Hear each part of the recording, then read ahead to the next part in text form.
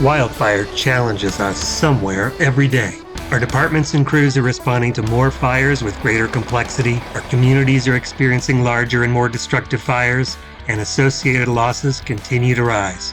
In this podcast, we'll explore all of this with the people who are experiencing wildfires firsthand. We'll talk about leadership and technology on the front lines, hear stories about that which responders are experiencing on the ground. We'll talk to the people in our communities that are creating innovative solutions, and we'll expose heroes doing great things before, during, and after these fires. We welcome you to Wildfire Chronicles, Heroism Beyond the Flames. All right, we are here today with Wildfire Chronicles to talk to Justice Jones, who undoubtedly has one of the coolest names in all of the fire landscape. To use a good pun, Justice.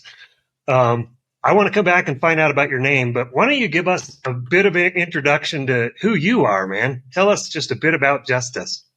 Certainly. In my current role, I serve as the wildfire mitigation officer for the Austin Fire Department, and I help lead the wildfire division. Austin has adopted the National Cohesive Wildland Fire Management Strategy at the local level. So we try to embody that federal philosophy of inclusion, collaboration, and bringing all the right partners to the table. And I've been working for the Austin Fire Department almost 12 years now. And so it's been a really great experience to help lead those efforts and be a part of things that are happening in Austin. Prior to that, I led statewide wildland urban interface efforts and prevention efforts for the Texas A&M Forest Service for the better part of a decade. And like Eric, I got my start in wildland fire in New Mexico in a little village called Ruidoso, which was at the time one of the most at-risk communities in the country. And I really got the fire bug in New Mexico. The birthplace of Smokey Bear was my first district, the Capitan Ranger district. And so I've been all in for the last 20 plus years working specifically on wildland urban interface issues. All in, right? You are all in. Keep going, Justice. Yeah. Prior to that, I went to Texas A&M University. I got a degree in environmental resource management and cultural anthropology, and really interested in human use of the earth, specifically how indigenous people manage to cohabitate landscapes compatibly with their fire-adapted ecosystems. That was always been a real point of interest for me. And then prior to that, I was in the United States Air Force, where I served several missions abroad, but with the intention of always getting back to my love of natural resources and fire and helping people if I can. So you're on your third career now, or so? Yeah, I've been about to start the fourth leg of my career. I've accepted a position with the International Code Council, and I'm really excited to join that dynamic team to take some of the work that I've done and learned in Austin and try to apply that at the national level. Nice. Congrats to you, man. Congrats to ICC, and also congrats to the nation, because now we're all going to, not that we haven't been, but we're all going to see the benefits of Justice Jones, which is really cool for all of us. All right, man. So everywhere I go, every conversation about fire adaptation, about cohesive strategy, about communities, Justice Jones is heard. Everybody says, "Oh, do you know Justice?" Yeah, I know. Do you know Justice Jones? What do you think it is about you that's got all this oomph, man? People know you. You are the world's expert. How did that come about? Well, I had myself cloned. And so I'm fairly ubiquitous, but it's, different versions of me. You're with the original version here today. I just believe in collaboration, and I realize that this isn't an issue that we can solve individually, and it's going to take all the brightest minds working together to help us navigate this challenge that's facing us as a global species. And so just having those connections and other passionate people across the country keeps me going. And hopefully I'm able to add value to those relationships as well. That's great, man. So the reason everybody knows you is because you're a good partner. That's pretty cool. Try to be. And the name Justice, man, again, Justice Jones, it flows, but it's pretty damn cool. Where'd it come from? Well, I just woke up with it, and I've been trying to live up to it ever since. But there's a longer story behind it. My father had a real strong sense of justice, and he named me after an event that occurred when my mother was pregnant with me. And so, yeah, I've just tried to live up to it the best I could. So you talked about Ruidoso. Yeah, I think you and I met back in those days when you were in southern New Mexico and I was in northern New Mexico. And you're right, Ruidoso was And despite lots of good efforts by you and others, continues to be pretty risky area, high risk. In fact, they just had recent fires and some floods. But you're in a much bigger community now, Austin, Texas, where you've been, I think you said 10 years or maybe 12 years. What have you been doing in Austin? Austin, like Justice, gets a lot of attention. People talk about Austin as an area where a lot of successful work has gone on to make a difference for those who are living in it and those who are visiting Austin. So what are the things that you've done there that are getting so much attention? Perhaps, what's so unique? Because I think there's a lot of it. Yeah, what I think I love most about my experience in Austin is that we've built a robust fire community. And so it's not just me, it's myself and countless others that are working towards a shared vision of a fire adapted community. That means our land managers are actively engaged, our city county planners, our emergency management coordinators, the fire departments are all working together to try to confront this in the roles as appropriate to them. To solidify that, we have formed a wildfire coalition that's collaborative that really is focused on information sharing, resource sharing, and capacity building within the county. And that coalition started by developing a wildfire risk assessment, which gave us all a common operating picture of wildfire risk. And that wasn't something that everybody agreed on when I first started. There was concerns about even what bringing the risk to light would mean for habitat, for other values that people cared about. And so we developed a wildfire risk assessment so we'd all have a common operating picture that we could agree on to move forward and take action. From there, we developed a community wildfire protection plan that was based on the National Cohesive Strategy, as mentioned, and that identified partners' roles and responsibilities. And so it meant the things that needed to be done would happen beyond individuals. So if someone like myself moved on, there's still a plan that collectively we can implement to move forward. And over the last 10 years, we've been actively implementing that community wildfire protection plan and addressing some of the priorities in the plan to include developing the first city county wildfire evacuation plan in Texas. Most communities haven't dealt with that, and they don't think to develop a plan until it's right in front of them, which is too late. We made a push to adopt the Wildland Urban Interface Code, which was adopted in 2019, the largest municipality anywhere to have adopted that code at the time, and to try to serve as a light post for other Texas communities that they could navigate this process. Texas is co-diverse in general, and so we wanted to demonstrate that you can do this and be compatible with Texas values, and I feel like we were able to achieve that. And then we formed operational readiness resources, working with our division chief. We formed a wildfire battalion, so the department had subject matter experts that could not only respond quickly, but could turn around and share the lessons they've learned on deployments and other things with internal resources. And then finally, we worked with our land managers to develop land management plans across Austin and Travis County with focus on that boundary between our wildlands and communities to protect habitat and our neighborhoods. So we wanted to make sure we left no stone unturned and that we didn't leave anybody out of the equation. So we worked really, really hard to build an environment that's collaborative, that's inclusive, and that considers our community values as whole and not just the fire department's values, so to speak. That's great, man. A couple things that I want to come back to, but something that rings a little bit true to me right now. If people think about, say, California, they understand the wildfire issue and they understand, I mean, we see communities having issues. And I guess we could say historically we've seen some that people would notice in Texas too. But I think of Austin, and I think a lot of people think of a city, with music and bars and art and a university. Describe Austin's characteristics, maybe its size, its population, and then talk about its urban interface. Is it real? I mean, does it have a lot of it? Yeah, that's one of the first things we wanted to do is make this a real thing, to put it down from a scientific perspective and a mapping format so people could understand and evaluate their risk versus the benefits of taking action. Austin is a major municipality. We are pushing 1 million in population, and Travis County, where we're situated, actually is over 2.5 million total. So it's very much an urban population. What's unique about Texas is that we have about 97% private lands. And so there's very little federal land that can be managed in our interface just by having a conversation with, say, your federal partners. Austin chose because the habitat that's endangered species habitat in our community likes the mid slopes, the areas between our creek valleys and our ridge lines. So in the 70s, a deal was made with the developers that they could have all the ridge lines if they left that mid slope habitat intact. So if anybody out there is in fire management, homes on the top of a ridge line isn't an ideal place for them to be. This was decided long before wildfire became a priority, and so it's what it is. It's the habitat's there, and now we have to protect all values. But what we've done is built and engineered one of the worst potential wildland urban interfaces, because we have homes that are situated and can mostly be located at areas of potential extreme fire behavior. And so good intended decisions made in the past to set aside critical habitat, which makes sense to everybody, led to an engineered wildland urban interface on the western part of our county. And that's where the most affluent side of Austin is.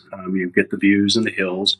The eastern half of Austin is Blackland Prairie. And what we see there is a lot of brush and grass, older homes, wooden fences, some of your more traditional flatland development, but they are all connected by wooden fences and very often back up to open space or grassland areas.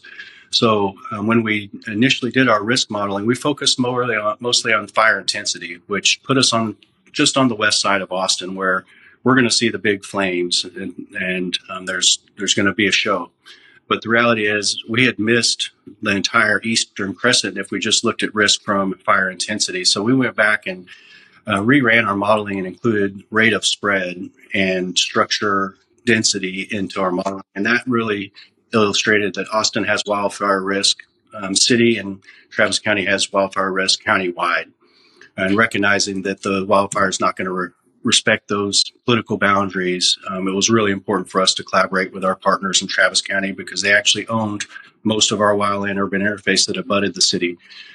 So that allowed us to shift our perspective to take more of an equitable approach to wildfire mitigation, where in the past it had been highly focused in areas where people had the time and resources to be worried about wildfire. Their needs had been met and they had time to worry about that, where other residents in Austin, they didn't know. Nobody had taken the time to communicate. And so we developed a strategy to reach our vulnerable populations on our eastern crescent, as well as continuing to engage our landowners on the western half of the county.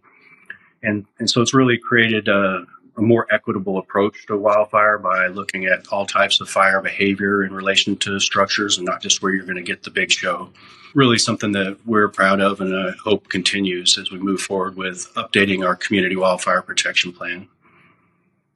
It's pretty awesome. A dude named Justice bringing an equitable approach. Yeah, how appropriate.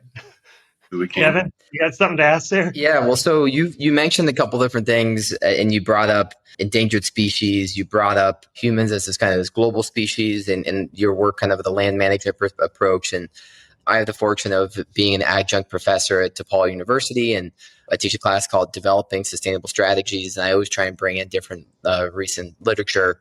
And one of the books that I read is a book called Ishmael, by Daniel Quinn. And it's kind of a crazy story about this kind of gorilla that becomes this guy's teacher. But there's this quote that is from it that I want to read to you and kind of ask your thoughts about and it says, "We're not destroying the world because we're clumsy. We're destroying the world because we are, in a very literal and deliberate way, at war with it." And part of that stems to how we've designed and engineered these spaces. You alluded to kind of this dynamic of some of this land was set aside here for maybe good intentions, but all of a sudden it maybe wasn't the best, especially when kind of looking at, again, this sort of this interface between the wildland and urban spaces, and it's led to some of these mega fires. What are your thoughts on that quote, and kind of digging into kind of how we've engineered spaces and sort of maybe how we can start to kind of crawl, walk, run, engineer our way out of it to the best way possible? Yeah, that's a great book. It was very influential for me as well. And I think to answer your question, we've got to make peace with fire. As humans on this earth, we're the primary carriers of fire. And so it just doesn't make sense to ignore that. In fact, I think it's a responsibility that we've abdicated, that we have to step back into, so we understand how to interact with this force of nature that we're somehow inextricably connected to. So compatibility with our fire environments is the only logical solution. And how you accomplish that is by not putting yourself at odds with the environment. And you do that by recognizing its qualities and characteristics, meaning most of our ecosystems above sea level are going to burn at some point. If we're going to habitate in those ecosystems, doesn't it make sense to be in a structure or a building that's built not to burn, that's built to recognize the environment that it's in? That's what indigenous people did, historically. And so why not look to the past to find out how we can navigate the future? And the indigenous people of this country are still here, and they have a really important voice. And one of the things I'm excited about is my friends like Bill Tripp of the Crook tribe are trying to bring back cultural fire and the nuance of cultural fire. What that's going to mean for us is it has to go beyond resource managers and fire managers. It's got to get into the hands of the general public, at least from the level of acceptance as this is an important part of our culture and our society, and we need to carve out space for folks who are going to manage this for us. And our job is to create a built environment that supports the use of fire, that it supports our safety and health and sustainability and well-being.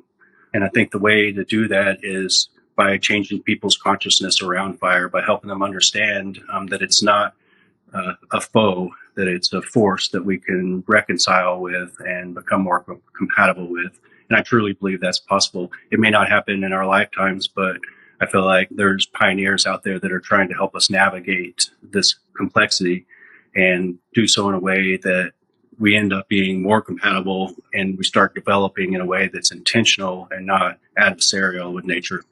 And just to build on that, one more question, and there's another article I need to reference to the author, but is this whole idea of living in harmony with Earth and not kind of looking as humans as being above other species or other aspects of the land, but kind of, again, a lot of that indigenous ingenuity in terms of kind of finding that balance and living with fire. And, I liked how you mentioned that indigenous ingenuity. What are some of these other ideas and examples of how we can learn from the past and some of these indigenous wisdom, and what are some ways that you see that can be applied today and tomorrow to continue to become more resilient and more in harmony with fire? There's an important step that we've been skipping, and that's the next generation of folks that are going to help us navigate that challenge. And that means we've got to reach minds when they're young and malleable, and so they can start to form a vision for what a fire compatible world could look like. And there's very few people right now that are in school that are trying to grow up to be an Eric Litzenberg or a Justice Jones or one of the other fire practitioners. There's very little intentionality about helping direct people towards this path. And so the first step is we got to initiate a culture shift. And it makes sense to me to start with those who are going to be the next generation while we're educating current populations. And so we kind of have been, I think, dismissive of the potential there, which is, I think, short-sighted. As we keep trying to retool existing practitioners to be able to handle this, we're missing the ability to get ahead of the curve with the next generation. So I think that's a very important step one, is let's start this culture shift and let's start it young and get people inculcated into wildland fire so it's just part of who you can be, in addition to the other choices that people have. I think that's really important. I think it's important that there's a grassroots understanding of wildfire risk and personal responsibility. In Austin, we formed what's called the FireWise Alliance, and we lead the state in the number of NFPA, nationally recognized FireWise sites. But instead of them operating in stovepipes, we bring them together and they help each other, and they help each other grow and learn. And so the grassroots element of this is really important, and it's not an issue that agencies alone can solve, right?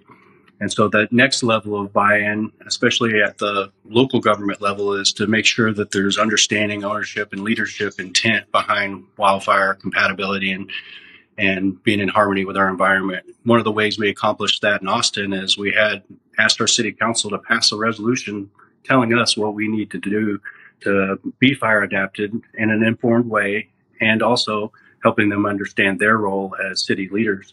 One of the ways we did this is in Austin, we put wildfire risk in the geography of the council members. And so it's not an at-large issue. We can tell you exactly how many constituents at risk in your district. And so by building that leadership intent at all levels of government, starting at the HOA to the municipal level onto the county and other jurisdictions, into states and regional and national levels. We have to have leadership support at all levels, not just the federal level.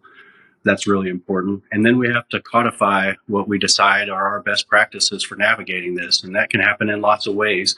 When I was with the Village of Ruidoso, it was one of the first communities outside of California to develop a standard for building in the wildland urban interface and a vegetation management standard. So it codified that you have to build your homes that will survive, and you have to manage your property in a way that's not going to put you and your neighbors at risk. And so codifying that is sustainability for me in my mind, and doing a way that's compatible with community values. There won't be a cookie cutter approach, but there is a path forward for almost every community to navigate this. And it has to happen at all levels. And one more to add on to that, I'll throw it back to Eric, is the article is called Redefining Sustainability, Living in Harmony with Life on Earth. And it talks a lot about the indigenous ingenuity, but also balancing this new tech that we have now available today. So not kind of taking all this technology and keeping it in a Pandora's box, but kind of saying, hey, how can we leverage satellites? How can we leverage edge processing? How can we leverage AI detection with some of this indigenous ingenuity to find this new balance of, again, a 2025 world? So what are your thoughts in terms of kind of leveraging some of these new technologies that are available now that weren't available 10, 100 years ago, finding that balance to, again, continue to find that best harmony of living with the earth and living with fire? Yeah, I believe we're at a time where we need every advantage that we can get. And so I think it's a time to leave no stone unturned when it comes to preparing for wildfire. We've embraced the use of technology in Austin and Travis County and are leveraging that for multiple purposes. We're using it from a fire detection standpoint, which is really important to suppress potentially dangerous fires quickly. We're also using that system to determine where mitigation would be most effective. And so we've particularly worked with our utility to purchase a fire detection system called Pano AI that integrates artificial intelligence into their detection process. And we found it to be useful, and not just from a suppression standpoint, but monitoring prescribed burns and where our smoke's going, making sure we're meeting our goals and objectives. So it provides us situational awareness and early potential for detection. So we're really excited about that technology. We also have a UAV team and capacity to respond to all of our wildland urban interface fires. And that fills an important role that is often overlooked, is that you need someone to have eyes on the big picture and all the firefighters on the ground. And so the UAVs help us keep track of the fire, help us map perimeters, evaluate values at risk and things along those lines. And now we're moving into the stage of firefighter safety and accountability, where we're instituting a tracking system for all of our firefighters in the field, so we know how to keep everyone safe in really a challenging environment that can fluctuate between wildlands and urban, depending on where you're standing. So that ability to track and have accountability for firefighters is really important. We're also acknowledging that smoke is killing people these days. It's not just fire. In fact, more people are dying from secondary impacts of smoke. And so we worked with the University of Texas to develop a smoke monitoring and detection system. And as part of this system, we developed a virtual twin of Austin. And so it's a modeled version of Austin that we can run scenarios within, but it also has real-time ability to track air quality and smoke dispersal, so we can issue warnings to the public to take protective actions if they would be impacted. So there's just some of the examples of how we're leveraging technology. So you were basically giving somebody a roadmap on how to develop a program, and I was writing it down as you went. So I think you said, don't forget the next generation, be developing those that are coming up, might not even be thinking that they have a part in this yet. Right. You said second was create a grassroots alliance. You called it a collaboration or coalition before. Third was create shared understanding and alignment between leaders, both locally, in and out of government, and all the way up through national level leaders. And in that, I guess, would be making sure you're aligned around what is the risk in your community, risk mapping, that kind of stuff.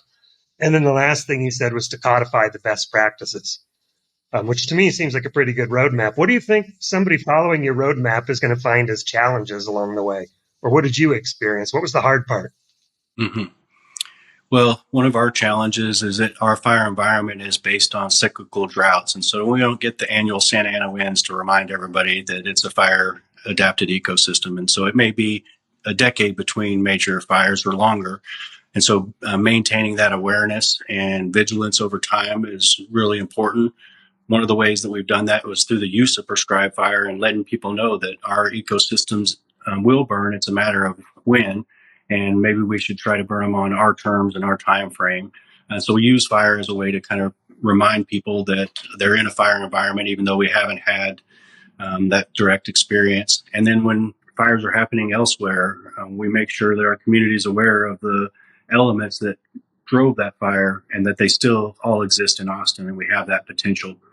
It also doesn't hurt when there's risk reports like the CoreLogic report that indicated that Austin is fifth or sixth in the nation for the potential economic losses associated with wildfire and the cost of recovery. And so it has true potential economic impacts.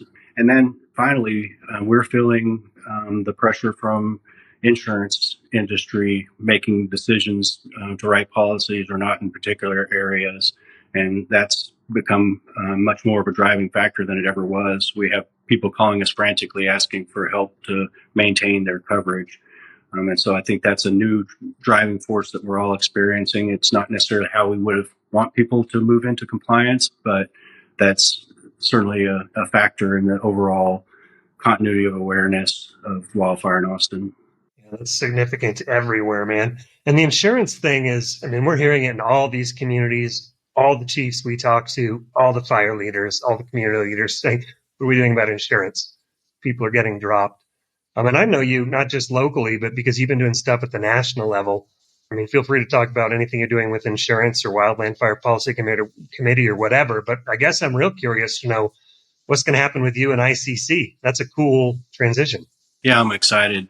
My new boss, Carl Flibinger, has put together a great team of subject matter experts, and I just feel honored to be a part of that team.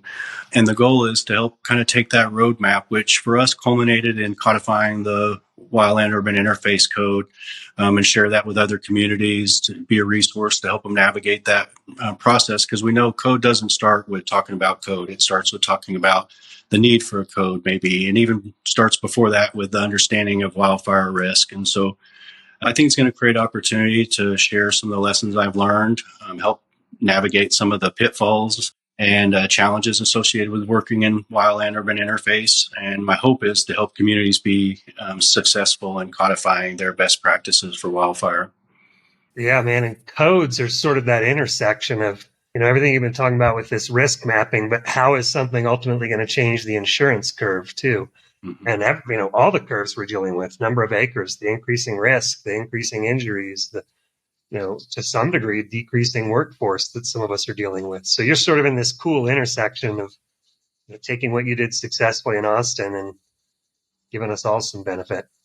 That's my hope. And certainly, one of the challenges with insurance is we were faced with protecting people's homes from wildfire, from losing their home due to wildfire directly. Now people are losing their homes indirectly related to wildfire through insurance coverage challenges and drops. One of the things that I'm hopeful, and this is hopeful, is that having a wildland urban interface code that is the international code, the highest standard you can comply with in Austin, gives our residents something to voluntarily comply with, or if they've already been in compliance with the code because it's new development, to be able to communicate that to their insurance carrier to say, I'm doing everything that we're supposed to do. And you consider letting me keep my policy or keeping it reasonable enough to pay. Yeah. And what you're talking about there, in a number of our episodes, we've talked about the fire adaptation. And when you and Kevin were talking about sustainability, you referenced probably the original fire adapted community, the indigenous communities who really understood how to live with fire. And somewhere maybe we got away from that and we're coming back to it. What's the future of fire adaptation in your eyes? Yeah, the future is all of us. It can't just be the fire service. We won't be able to solve this on our own. And so it's going to require a culture shift and a long-term culture shift. We're going to have to adjust our relationship to our natural environment. And we're going to have to do so quickly if we want to mitigate some of the impacts that are on the horizon. And so I think it's really important to look back, to ask for help from those who have navigated this for tens of thousands of years and even beyond. It's important to leverage the technology that we have at our disposal now, matched with that indigenous knowledge. And I think between understanding the past and leveraging our technology in the future, that we can turn this corner. But it's going to be a challenge, and it's going to require all of us. And so if you're a city planner, I want you thinking about how you relate to wildfire, because if you allow a subdivision to be built with limited ingress egress, you're responsible for that decision and all the cascading effects, whether it be just karmically or whether someone bring it to light in a case study. Not everybody has that awareness of their impact. And so I want to help people understand that the decisions they're making are potentially life and death. That right there is what makes Justice Jones Justice Jones. That was awesome. Kevin, you have anything you want to ask before I ask my last question? I would say, on top of Eric just kind of asked about like what's the future, I think within your role at ICC, you touched on some aspects of both indigenous wisdom and new technology, but is there something that you're most excited about, like a project or a case study or a use case of like, this group is doing it really well? And I'm a big believer in the fire service and that we need more copying. We need to copy more of what's working and not try and reinvent the wheel. So is there any success story or example of some group or some entity that's really doing it really well that we can look to cast a spotlight on and maybe even dig deeper in a future podcast and try and spread their word and copy them in some capacity? Absolutely. There's some great work happening across the landscape. One of my favorite groups that I get to collaborate is the Institute of Business Home Safety, IBHS, and Ann Cope and her team there. They're really conducting a lot of the research that gives us the science to base hard decisions like adopting a code on. So IBHS would be front and center. They've also developed the Wildfire Prepared Homes Plus program, which is an effort to standardize the mitigation factors that our insurance companies are evaluating so they could all look at it through the same lens. And that's not happening right now. And that's a real challenge. Headwaters Economics, who originated the wildfire risk to communities mapping, are a major contributor to trying to solve this from a research standpoint and the true impacts of wildfire. Programs like the Community Planning Assistance for Wildfire that they administer was instrumental in Austin and us being successful in changing some of our land use and regulatory environment. Sometimes having someone else come in and say what needs to be said is a really powerful resource. It's hard to be a prophet in your own backyard. I'm really excited about the work they're doing. The hazard mitigation methodology that was recently released from NIST should be the standard for defining mitigation measures that need to occur and how structures and fuel interrelate with each other. So I'd like to see more expansion on that model and more application of that model on the ground. And then there's great programs like NFPA has a certified wildfire mitigation specialist. It's a start to getting a credibility for our field and a place for people to have a sense of ownership. If you go to the trouble of getting a certification, maybe this is something that you should keep doing, and there's a path forward for you. So the great work that's happening both there. And then I'm really excited about the International Code Council's Wildland Urban Interface Code and seeing that expanded in addition to other codes to give communities resources and tools to codify their resiliency to wildfire. And nothing's less sustainable than a home that burns, right? And so this is sustainability at the highest level. And so I'd really like to see more integration of these other agencies and entities into the conversation. A lot there, Justice. So that's looking forward. Let's look back to the last question of what are you the most proud in your career, in your life for that matter? You know, I did a lot of work in Ruidoso from the vegetation and fuels management standpoint. And if you're in that role, the reality is you don't want to be tested. But if you are, you want to know that what you did helped. And so some of the fuels work that I did early on in my career has been tested by fire multiple times and helped mitigate the wildfire impacts. That was combined with the great work that was going on with structural hardening. And so I took that lesson and carried it forward with me. And it really empowered me that we can do something about this. We can affect fire behavior. We can affect how it intersects with our homes. and we can plan for the life safety of our loved ones and our family by understanding our fire environment. Justice, that's awesome, man. Thank you for making a difference. Yeah, I think it's pretty obvious to see why you joined us today, and we appreciate it. Justin Jones, now from Austin Fire, soon to be International Code Council. Much appreciation. Kevin, it's been good talking with you today also, and thanks to everybody for joining us on Wildfire Chronicles. Take care. Thank you, everyone.